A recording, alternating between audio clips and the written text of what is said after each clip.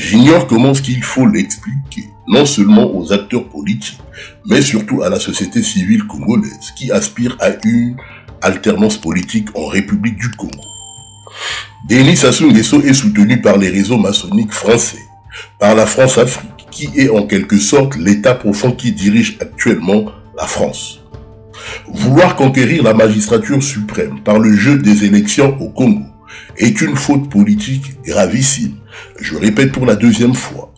Vouloir conquérir la magistrature suprême par le jeu des élections au Congo est une faute politique gravissime. Aucune élection organisée sous l'actuel régime et soutenue par la France ne pourra faire partir Denis Sassou Nguesso du pouvoir. Je dis bien aucune. Brazzaville a arrosé à coups de millions d'euros la classe politique française des billets de banque. Pour ceux-là qui l'ignorent encore, c'est une information que nous vous donnons. Seule une prise de conscience collective et patriotique pourrait renverser la vapeur. Penser battre un dictateur à une élection fraudée et dont les résultats sont connus d'avance est une méconnaissance des ramifications du régime criminel de Denis Sassou Nguesso à l'international, notamment en France. Pour certains, il faudrait attendre l'élection de 2026, comme s'il n'y a jamais eu d'élection dans ce pays. Et pourtant, tous ceux qui appellent le peuple congolais à attendre l'élection de 2026 sont ceux qui, depuis des années répétitivement, critiquent le théâtre électoral qui existe dans le pays, la parodie d'élection. D'une part, ils ont dit répétitivement à haute et intelligible voix qu'il y a une mascarade électorale, et d'autre part, ils appellent le peuple à aller à l'élection de 2026. C'est une mascarade et une farce de ceux qui tiennent ce discours, de leur part en tout cas. Qu'est-ce qui nous reste comme alternative?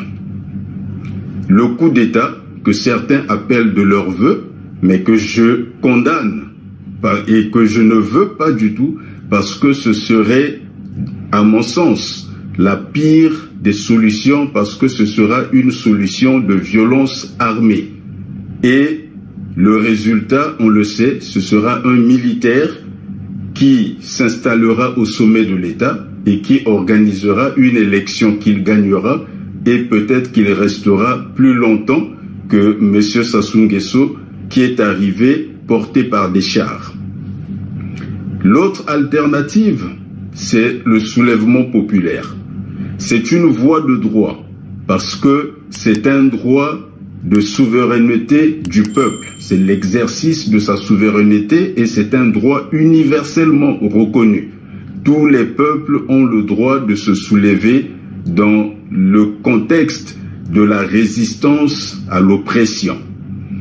Et dans le cas du Congo, quand vous revenez à ce que je viens de vous décrire, donc absence d'hôpitaux, vous pouvez mourir d'appendicite à n'importe quel moment, absence de tous les autres services publics, simple existence de l'État par une façade, vous comprenez le peuple doit prendre une décision. Or, comme on dit, aux grands mots, les grands remèdes. Le mal est grave. Il ne peut être traité que par un grand remède. J'avais promis de rentrer au Congo. Et je suis rentré au Congo. J'enregistre cette vidéo à Pointe-Noire, où je suis, comme tous les autres citoyens, exposé aux risques de santé publique que je décrivais à l'instant.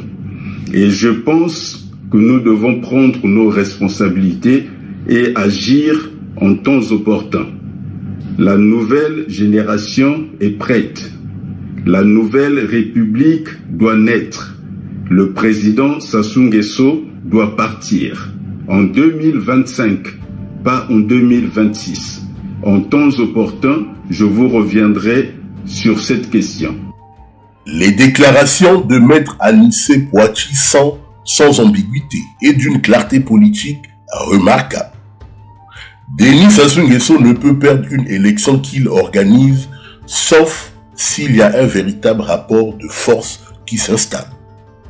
L'opposition congolaise qui croit faire tomber le régime criminel de Brazzaville par une prétendue élection est soit naïve, soit joue le jeu de l'actuel régime. Denis Sassou Nguesso est un endocollant qui a toujours garanti l'accès aux matières premières gratuitement aux multinationales françaises. Combien de Congolais savent-ils que les entreprises françaises, par des accords coloniaux que Charles de Gaulle avait fait signer à un certain nombre de pays africains, ne payent pas d'impôts en Afrique? Et le Congo en fait partie. Seule une prise de conscience collective ou un coup d'État militaire patriotique pourrait permettre à une alternance politique dans le pays.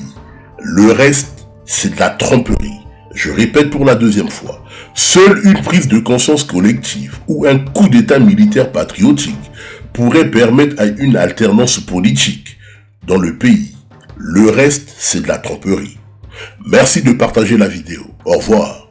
Vous avez ces ruptures de services publics. En réalité, l'État n'existe que par les services publics. Et lorsqu'il n'y a plus de services publics, il n'y a plus d'État.